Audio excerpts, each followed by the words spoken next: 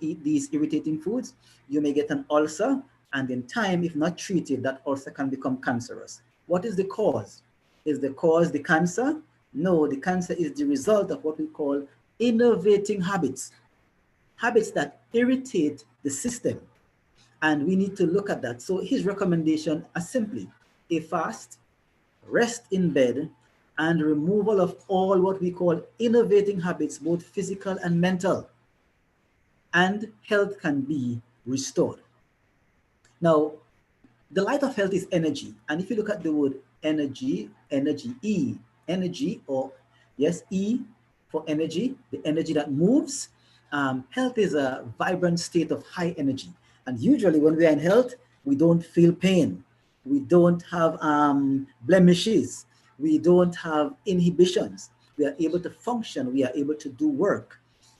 If health is a vibrant state of high energy, then disease is a diminishing of this energy. So whatever happens comes into the body or comes into the mind, because it's not only physical. Remember, the definition talks about a complete state of physical, mental, social, and spiritual well-being, not merely the absence of disease or infirmity. We are saying here that the diminishing of the energy results in disease, whatever interferes with that. So the complete loss of this energy results in death, and that's a progression. Health is a vibrant state of high energy, and every one of us wants high energy, what we call dynamic vitality. Very few people experience dynamic vitality in their lives. Now, this does not only have to do with some of the choices we make, there are genetic and epigenetic factors that must be considered as well. They may, they are what we call a loaded gun, but our choices are going to pull the trigger where that is concerned. Lack of understanding is going to diminish our energy, bring in disease, which eventually will result in death. Treatment by prevention. Now, the same thing that will prevent disease will cure it. The same thing. As a matter of fact, even if you go to the doctor, most doctors, and you have a particular condition, the doctor may do a history and he may ask you, what have you been doing? Have you been sleeping well? Have you been emotionally stable? Have you been taking good foods, enough water and so on? So the same thing that will prevent disease will cure it. Remove the cause and the effect will cease. And that's by Samuel Thompson, would have shared this. If we remove the cause. So the idea is not simply to deal with the result. And what do we call the result? We call the results symptoms. Most of modern medicine today specialize in symptom. Nomenclature is a big thing. And, people go and when you go to the doctor, what do? You describe how you are feeling, which are called symptoms. And all the doctor does is to tell you what you have told him in a general sense in a different language. So naming diseases are simple names of patterns of symptoms. Those are the result with no real understanding of the underlying cause. So for example, you look at arthritis. Yes, arthritis. And if you look at it, itis is inflammation. What is inflammation? Pain, swelling, redness, heat. So you wake up this morning and you are feeling pain in your joints. There's some swelling there. There's some heat there. And you go to the doctor and you tell them that, and the doctor said, oh, you have arthritis. There is no real attempt in most instances to determine the underlying cause. So if we could just back up a little bit. Why do we have pain, swelling, redness, and heat?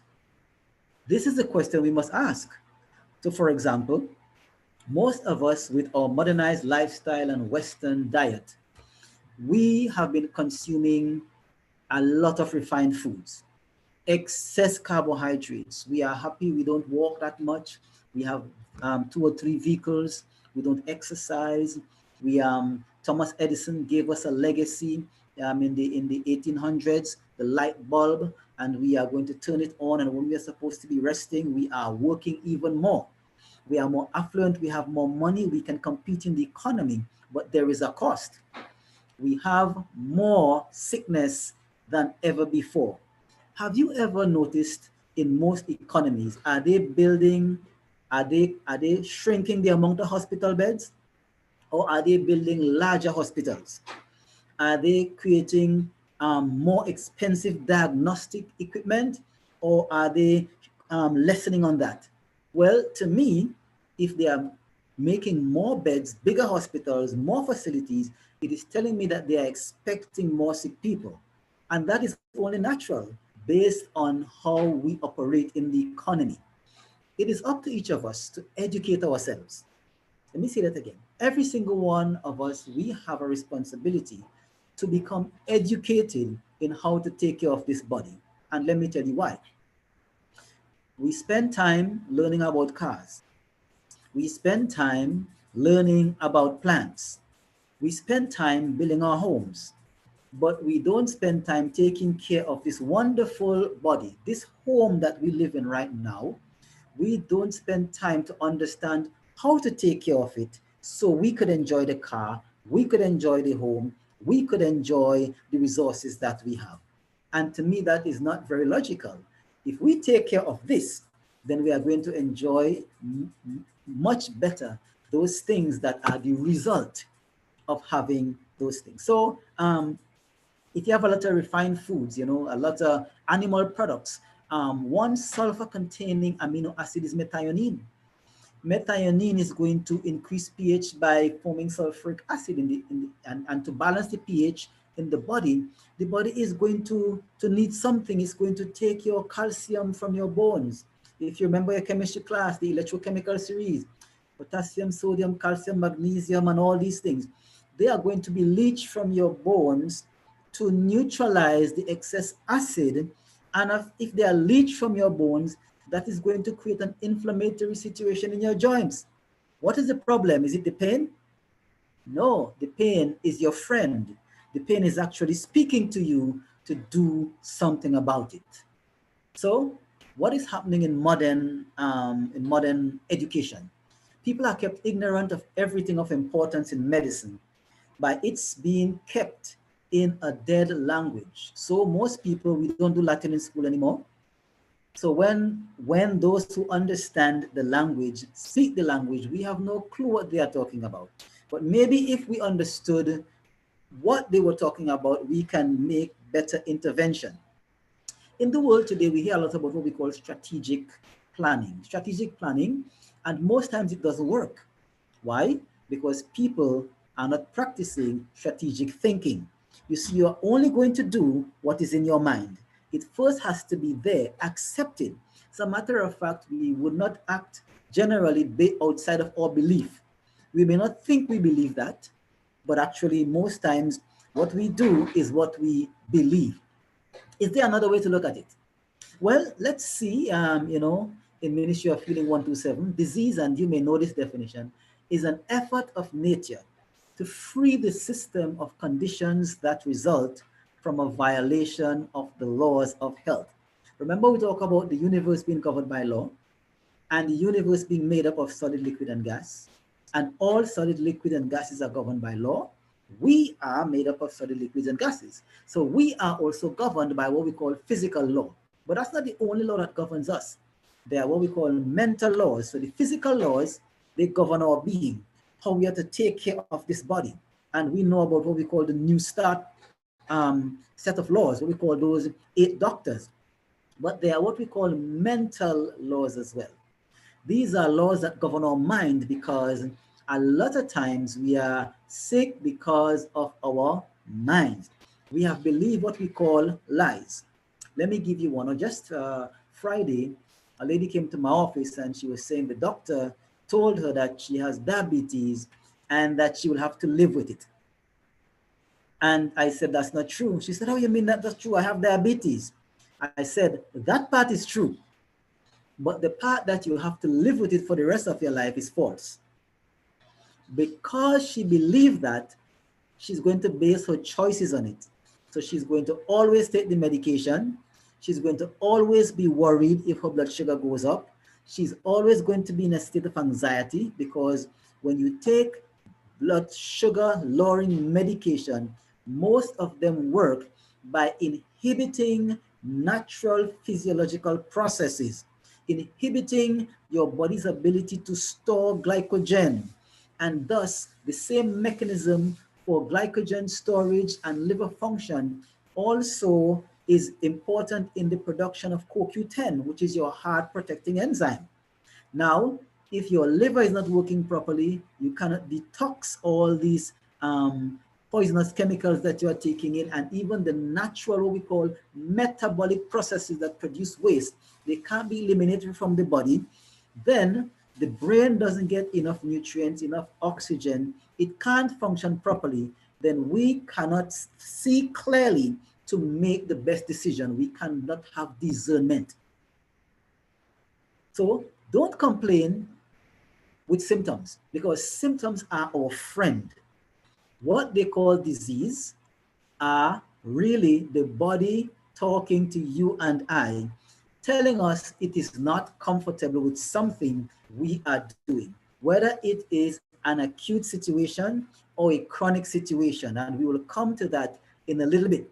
So disease is an effort of nature to free the system from a violation of the laws of health. Inherent in violation or transgression of the physical laws of our being is going to naturally result in a disease situation. That means what we call the body's attempt to maintain homeostasis. The body is attempting to stay balanced. Remember, all of our body vitals are windows. They are windows through which the possibility of life exists. So your blood pressure is a window, and once it remains in that window, and we know what that window is by measurements with science over time, then you can have what you call high energy and thus health. If you go outside the window, whether above or below, then what happens? The reverse would occur. Sickness or disease result, because life is only possible in the window. Your blood sugar is a window. Your cholesterol level is a window. Your bond is a window. Your creatinine is a window. All these variables that they test when you go for your medical, they are windows that tell us how our body is working, how balanced it is, how much homeostasis is in effect. What that does, it tells us how healthy we are. Dynamic vitality, vibrant health, living with illness, or having some kind of debilitating condition. And this is the mindset we should have. Now, the logic is that in case of sickness, the cause must be ascertained. We must look reason from cause to result, or we are going to be mopping up the floor all the time. If I take glucophage or metformin, or enalapril, what's that cholesterol lowering drug that most people, Lipitor, tamoxifen, it doesn't matter what it is, even if you have acid reflux. If I take that to reduce the symptom, which is the indicator, it's like you have a car and there is an instrument panel, and there are lights that are indicators that will come on to say if something is right or wrong. When the instrument panel is working well and there are no lights, we are happy. But if you see a light come on, an indicator light, a sensor light, then it is telling us, be concerned, something is going wrong or has gone wrong, you need to fix it. Symptoms are like that. Symptoms are not our enemy, they are our friend. So in case of sickness, the cause must be ascertained. Unhealthful conditions changed, wrong habits corrected, then nature is to be assisted. So we're going back to cause. Which law am I breaking? Is it the law of the mind? The power of choice? Am I choosing to do the wrong thing? Is it the law of cause and effect? I know that something is wrong and I'm nurturing it in my mind. Is it the law of adaptation? I am unwilling to change because I simply like it. Or is it the physical law? So when we break the law, we damage ourselves. We invite ruin. As a matter of fact, there is a quote I love very much. And it says, to transgress his law, physical, mental, or moral, puts one out of harmony with the universe and invite discord, chaos, and ruin. And the evidence is clear from what we see in the world. We look at the statistics. Some countries don't even measure the statistics. It's just so terrible. More and more people are having more and more things. More and more children are having allergies. More and more children are having asthma. More and more children are having attention deficit disorder. And these are only fancy names that they give to certain things. God has given us what we need to do, and we need to share that with the world. What is today's intervention for disease? Of course, they would manipulate the body chemistry through drugs. So if you have high blood pressure, you go to the doctor, they're going to give you something to bring the blood pressure down. But I'm putting forward, why would you want to bring your blood pressure down? Why has the body elevated the pressure in the first place? Nobody's asking that. Because we have single mothers, and we're trying to make ends meet. What we don't recognize is that the economy is out of sync with how our bodies were designed to work. Let me say that again. The economy is out of sync. It is not compatible with how God designed our bodies to work. And so there are some things that we are really not supposed to be doing. It is not compatible with maintaining homeostasis, and the results will come. For example, are we supposed to be sitting all the time, all day? No, we're supposed to be moving. Movement is important. Are we supposed to be drinking all our juice from a Tetra Pak? No. These refined products are going to have their effect. And when they have their effect, for example, we are exposed to a lot of stress. What we call oxidative stress occurs, and that causes the laying down of cholesterol. And by the way, cholesterol is not the enemy. Cholesterol is our friend. Cholesterol is produced by the body naturally. They talk about HDL and LDL, and HDL is good cholesterol and LDL is bad cholesterol. The body doesn't produce anything bad. The body expels things that are bad. When you have a foodborne illness and you have vomiting and nausea, that's the body's attempt in an acute situation to expel. It is not wise to suppress the symptoms when the body is trying to get rid of them. What about diarrhea? The same thing. The body is trying to push out something that is irritating it. What do we want to do? We want to stop the symptoms. So sometimes we retoxify ourselves by keeping the poison in when the irritated body is trying to get rid of it. So coming back to the cholesterol issue now, the body doesn't produce bad things. It is LDL, low density lipoprotein, that is a transporter molecule transporting nutrients and energy to the brain. Up to 75% of your white matter is cholesterol. The myelin sheet on your nerves is cholesterol. Your sex hormones are made from cholesterol. Cholesterol is not bad. Cholesterol is your friend. As a matter of fact, if you didn't produce that cholesterol with all the stress we put this body through, the body has that wonderful feedback and healing mechanism to bring back in balance, to use LDL because of the density. It actually occurs closer to the blood vessels as opposed to the center of the blood vessel, which is HDL. And what it does, it is a repairer molecule. It is moving from the liver to a site of damage to repair it. The body is speaking, but most times we are not listening. The symptom of the narrow blood vessel is not because cholesterol is bad, it's because I have not been listening when my body is speaking. When I start to get that little pain, by the way, cholesterol only block arteries, never veins. And they usually occur where it bends.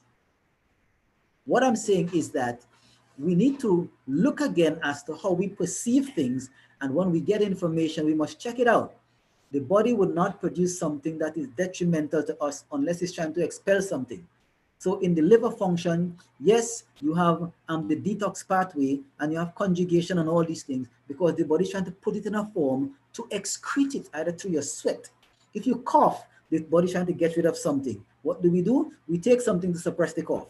If you sneeze, the body is trying to get rid of something.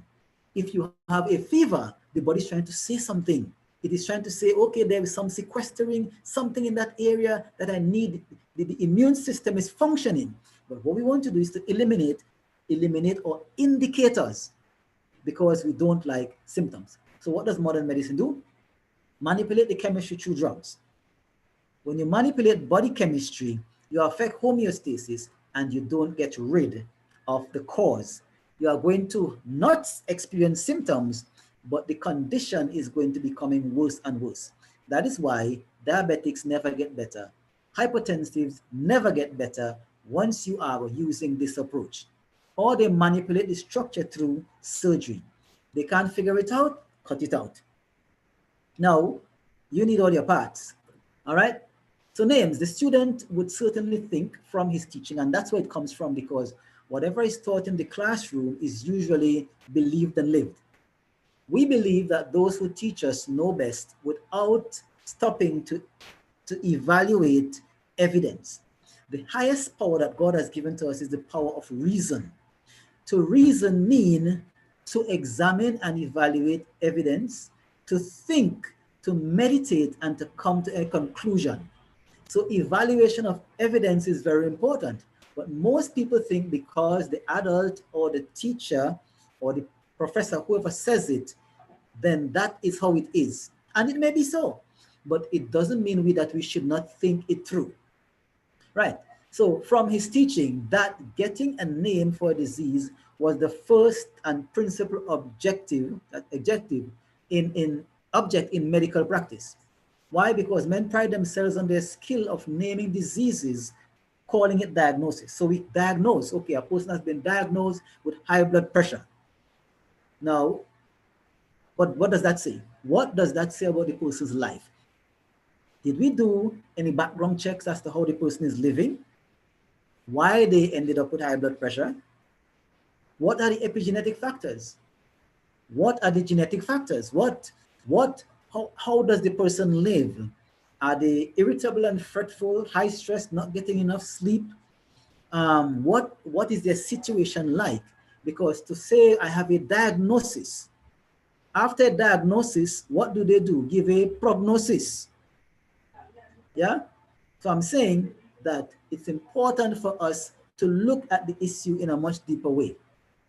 Man has but one life, yeah? And it is the same in all parts. The normal manifestation of this life we call health. And that's what we're talking about, in being in balance, homeostasis, being in the windows, you know, all your numbers are right. Those are indicators that we could always check. And it's okay, please, always go and check to see where you are in terms of your health. An abnormal manifestation is called disease. Disease then is not an entity, something to be forcibly expelled from the body. And that's what we try to do. When we say disease, we really mean symptoms. But it is a method of life. The body is speaking to us. It is telling me how I am living. So symptoms aren't the problem. Symptoms actually are our friend. Symptoms may be annoying, and they are. Women who have PMS, you are going to be very uncomfortable. But have you ever checked why you have PMS? Why we have PMS? Why do women have PMS? But you want to get rid of the symptoms to go to school, to go to university, or to go to work, or simply because you don't like them. Did you check your essential fatty acid level? Did you check to see if you have a hormone imbalance? Did you check the cause? Because PMS, contrary to popular belief, is one of the earliest signs in girls of a hormone imbalance. These things are not normal, but we have accepted them as normal, and so we act according to our belief. We are going to go for medicine. We are going to go for drugs to relieve the symptom. And now we have a lot of our young ladies, I don't know how it is in your part of the world, fibroids and polycystic ovaries and ovarian cancer, uterine cancer, fibrocystic breast, dementia. All these conditions are on the rise. And the professionals know that it's primarily from a hormonal imbalance. But why are the hormones imbalanced? Why do we have estrogen dominance? Many people are not venturing into that. The symptoms may be annoying, but they are the result of diminished health and vitality, not the cause of it. Symptoms are the result. We must never blame the result as the cause. The cause leads to the result. So symptoms are our friend. It is telling us something is wrong. My body is trying to do something about it. So remember earlier we said we have what we call acute and chronic. So now treating symptoms is trying to fix the problem without addressing the cause. Trying to fix the effect without addressing the cause. So the body gives us what we call feedback. If something is wrong, it's going to do something. Think of it this way. You go out in nature, if you cut a tree, immediately there are mechanisms in place to heal where that cut was made, even in your body. If you get a cut, mechanisms are in place in clotting and these things to heal the body. Now, so the body communicates through what we call uncomfortable sensations. They are uncomfortable because these sensations are indicators that something is wrong. As we said before, in a chronic situation, what does the body do? The body is going to try to expel the toxin or the poison. We are to what we call assist the body in expelling, and there are ways to do that. Now, I must say here that most people condemn the pharmaceutical industry. But a lot of people who are practicing what we call natural medicine do the same thing. Their thoughts are the same. So they are going to use plants to diminish or get rid of symptoms. That is not how plants work. The designer of plants designed them they have a much what we call wider effect because of all the nutrients and the phytochemicals. They have a much wider effect than what we call drugs, which may be a specific chemical or a specific derivative that may perform a specific action, and they negatively affect biochemical processes. A plant now generally does not do that, but there are different types of plants. There are plants that are used for food, and we are advised that we must let food be our medicine, and our medicine be our food. We would eat lettuce and pak choy and amaranth, and we'll eat oranges and the like. But we don't eat garlic as food, but garlic is food. But it is a medicinal food. Yes? We don't normally eat a lot of onions, yeah, or we don't just squeeze 5 lemons in a cup and drink it unless something is wrong. So there are foods that are used for energy and nutrients all the time, and then there are foods that are medicinal. And then you have plants that are primarily medicinal. For example, you have like your Cascara sagrada. Those things, if you have a problem, you may want to use that, or your ashwagandha and these things.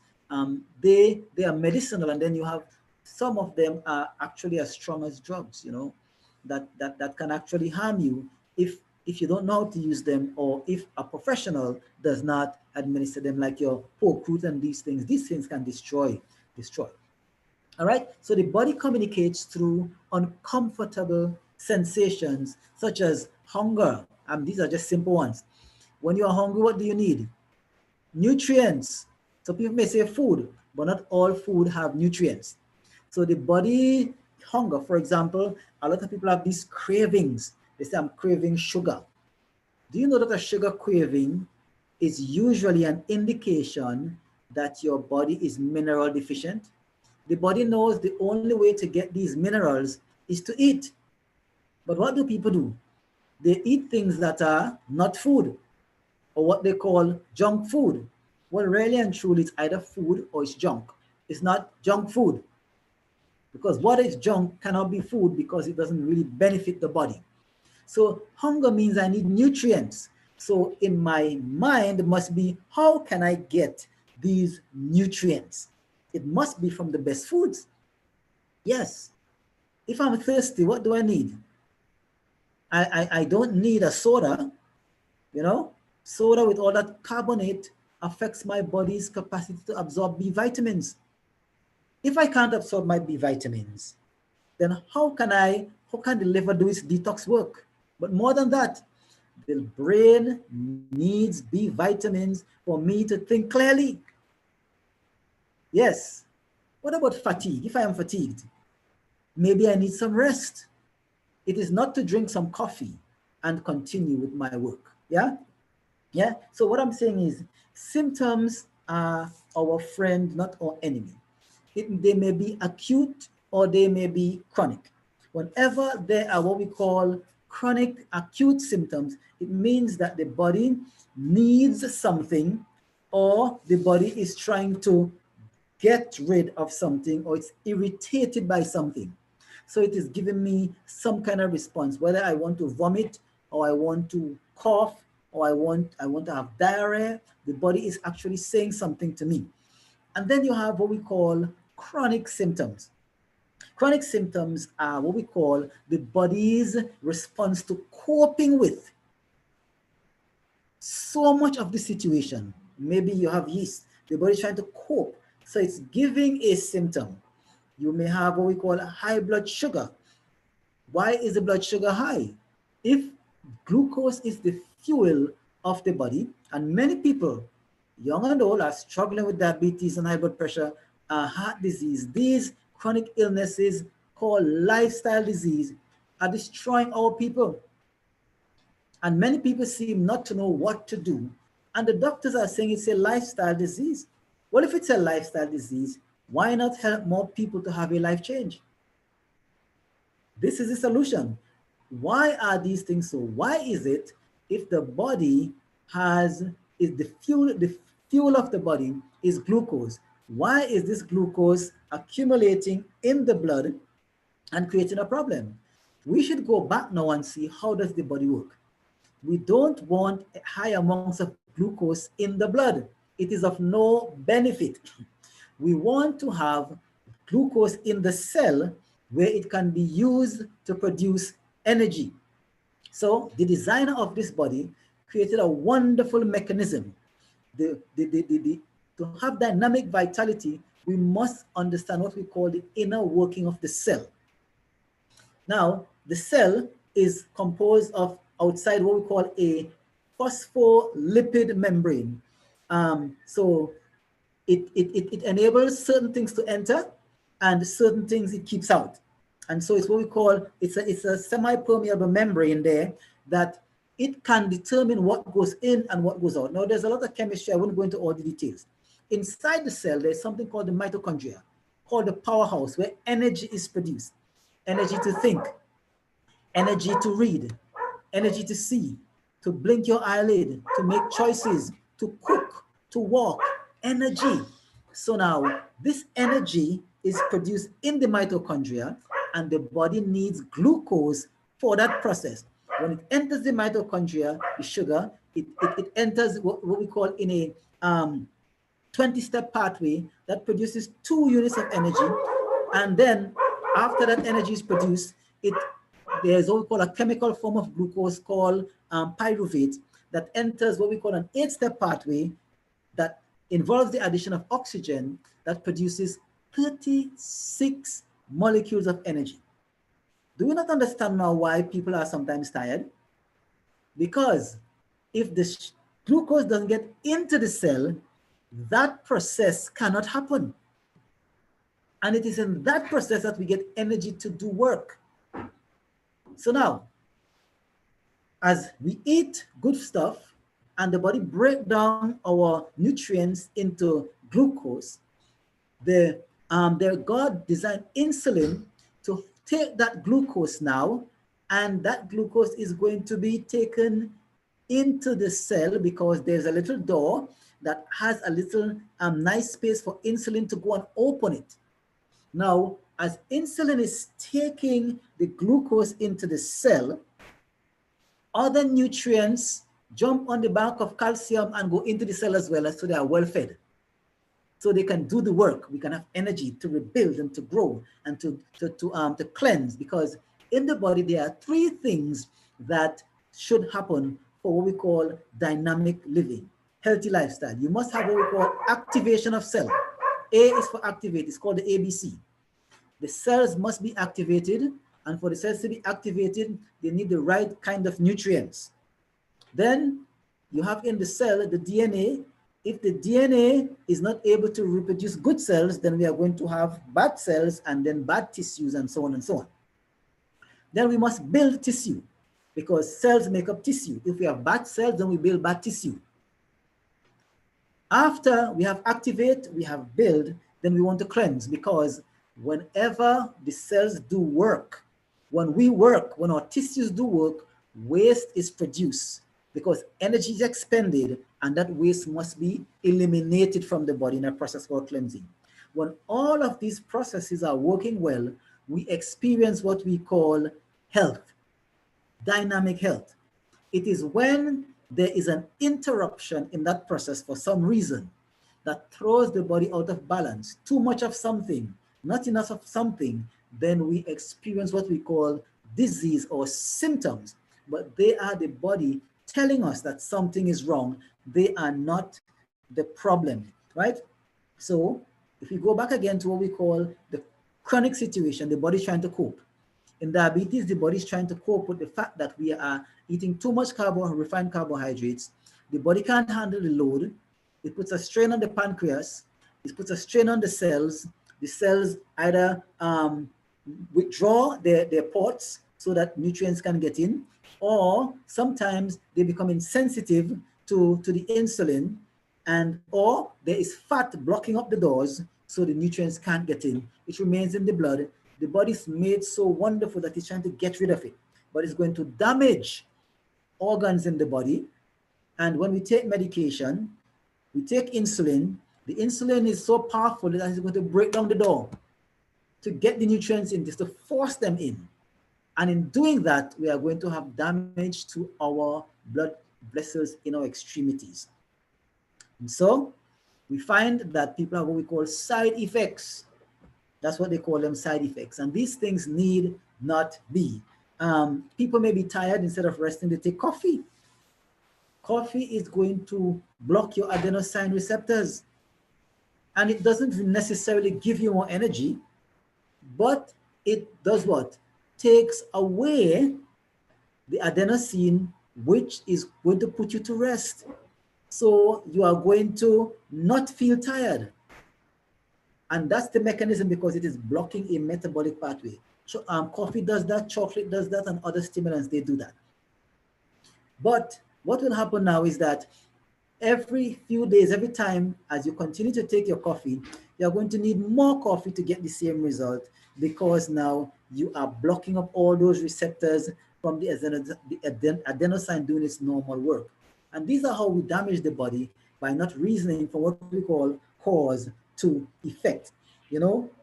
So when a symptom is a message from the body, it cannot be cured by trying to block the suppression of the message. We cannot cure by blocking the suppression. We have to fix it. It can only be cured by responding to the message with whatever the body needs. And that is the way we look at things. If the body needs something, we need to give it, because the messages are an indicator. You know, many people get headaches. What do? They take Panadol. All you're doing is blocking the symptom. The symptom is not your enemy. The symptom is our friend. Yes, it is our friend. And so it's not to just go and get Panadol. Did you drink enough water? Are you dehydrated?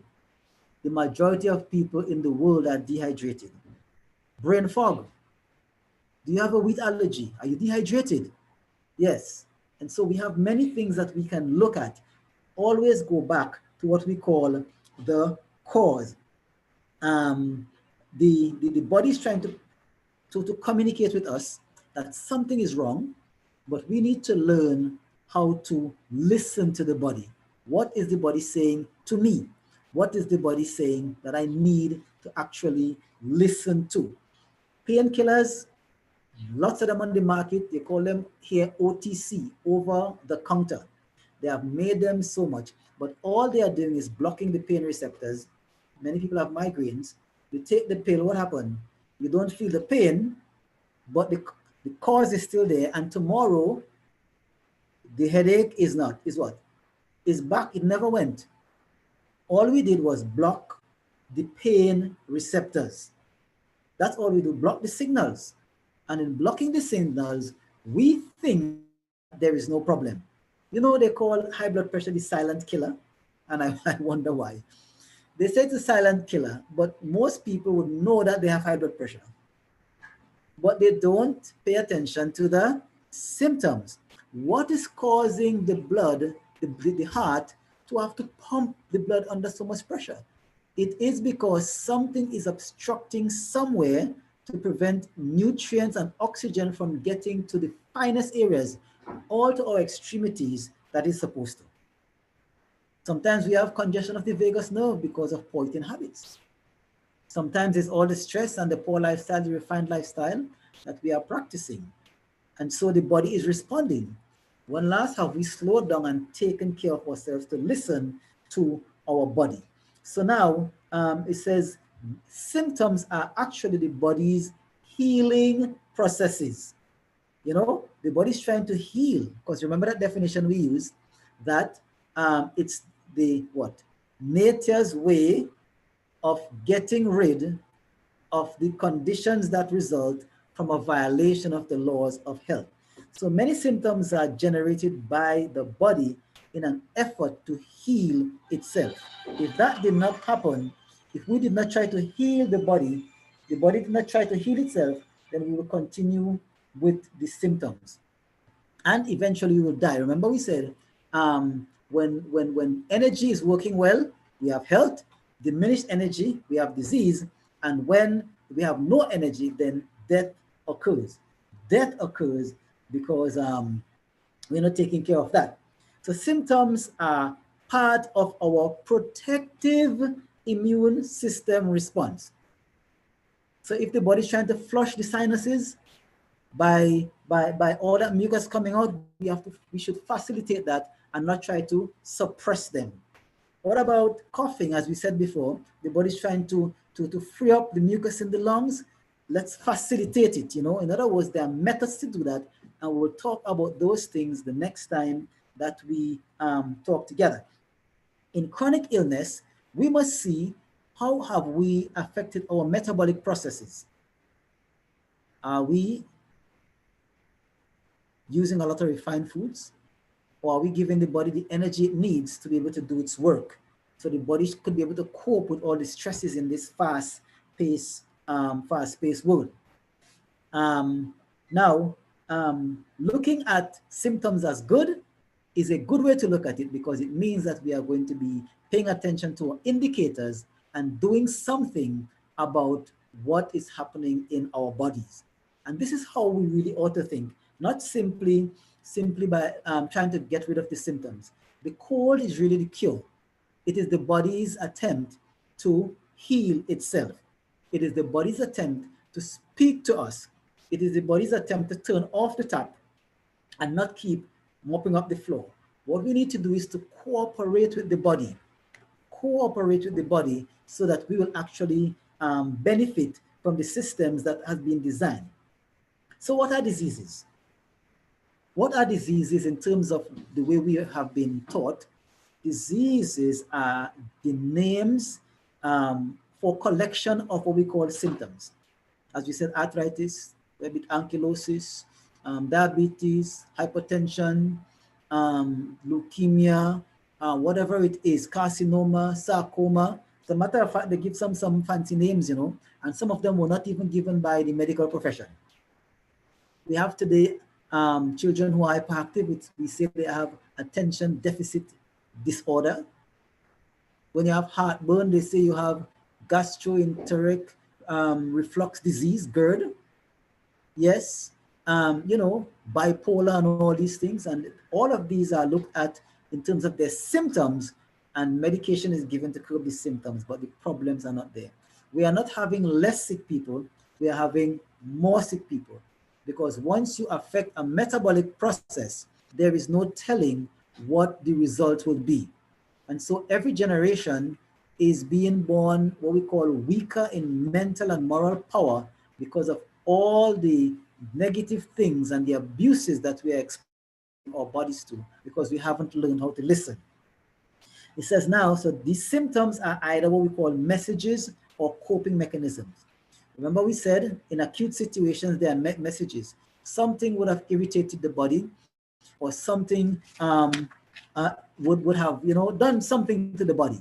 in terms of a chronic situation, is a coping mechanism. In terms of a message, is that we lack something necessary to sustain health. We may lack something, or we are doing or have done something that wasn't for the good of our health. So it's either we lack something, or we are doing something that is not right, and we need to change that. If I'm doing something that is not right, then I need to stop. I wouldn't put water in my gas tank in my car, not because water is cheap and it is a liquid, but the car doesn't work by water in the gas tank, right? You put water another place. As a coping mechanism, symptoms are the result of the body, one, trying to expel something that is damaging to it. Yeah? Or trying to compensate for a lack of something, and we would have gone through that before. These are what we call things. So now, when it comes to what we call herbal medicine, remember, sometimes people in natural medicine do the same thing. What we need is a change in our thinking, bring the body back into balance. And in that case, if we really understand how that works, we don't need to know the names of disease. Let me say that again. If we understand how health is, how the body works in a healthy, high energy situation, we don't have to worry so much about the naming of symptoms, because those are only the result. So we need to think again. We need to think again. We don't have a what we call healthcare system. We have a disease care system.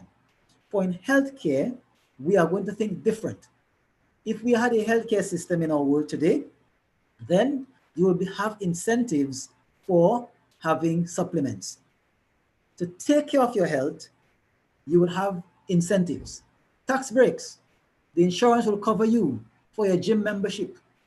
Yes, but because we have what we call sick care, you only get benefits if you are sick. And the worse or the more chronic or debilitating your illness is, the more insurance are willing to pay. Isn't that strange? Isn't that strange? To me, something is wrong with that. But do we have an alternative? Yes, we do. We can change the way we are thinking. We can change the way we are thinking by understanding how health is built. And health must be deliberate. Health must be intentional. Health must be a choice. And each of us is responsible for our own health. The government is not responsible for my health. The Minister of Health is not responsible for my health. When I come to the age of reason, my parents is not responsible for my health. I am responsible for my health. I'm responsible to educate myself, to learn what is the best way to take care of this temple. And so I want to encourage us today to look at symptoms as the friend, not as the enemy. Whether it be a lump or a bump or a rash or a fever, whatever it is the body's way of talking to you and I to do something about our situation. When we do that thing, we are able to get ourselves back into balance. When we are back in balance, we are in high energy. It is when we have diminished energy by abuse of the laws that govern the body's balance system that we have sickness. And everybody, I believe, can have a change today. If we have a lifestyle disease, what we need is a life change. We don't need drugs in that situation. Yes, you may say, you may have to use based on where the abuse is, but that may be a start. In a crisis, you may need to get something. If you have a bad infection, you may need to have an antibiotic, but you don't stay on antibiotics. They are going to destroy your immune system. There are ways to flush the system of that. You may get a cut. Natural medicine can deal with that necessarily. You may have to get some stitches. Unfortunately, we have violence in the world, so you may get a gunshot. Natural medicine may not be able to remove the bullet. So it's not that the system is not needed. There's a place for everything. But most acute and chronic illnesses are treatment of symptoms. They do not address the underlying problem. So we are taught that the symptom is the problem when the symptom is our friend. So the next time you experience a symptom, ask the question, what is my body trying to tell me? Whether it be a little love handle around the waist, whether it be some fatigue, a headache, eye strain, whatever it is, ask the question, why are these things so? Because your friend, the symptom, is talking to you. Thank you very much. Are there any questions?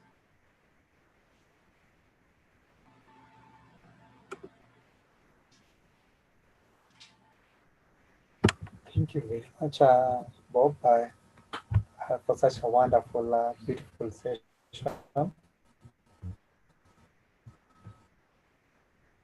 You're welcome. Yes, This if is you a have any pleasure. question, kindly you can put in the chat box.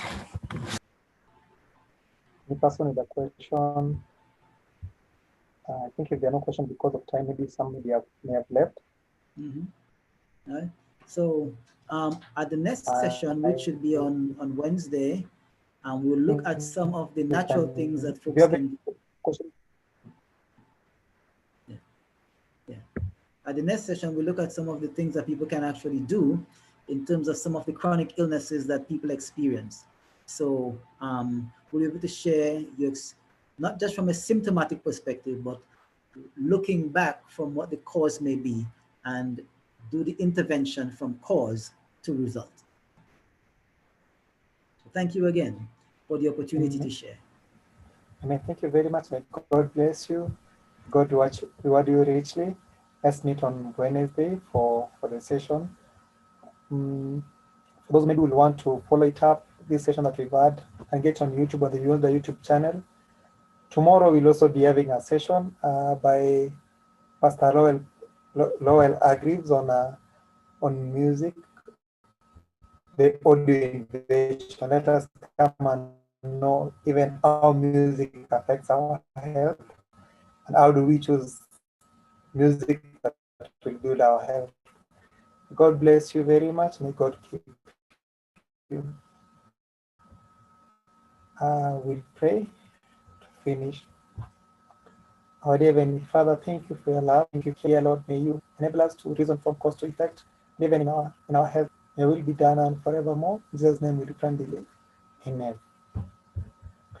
God bless you. God keep you.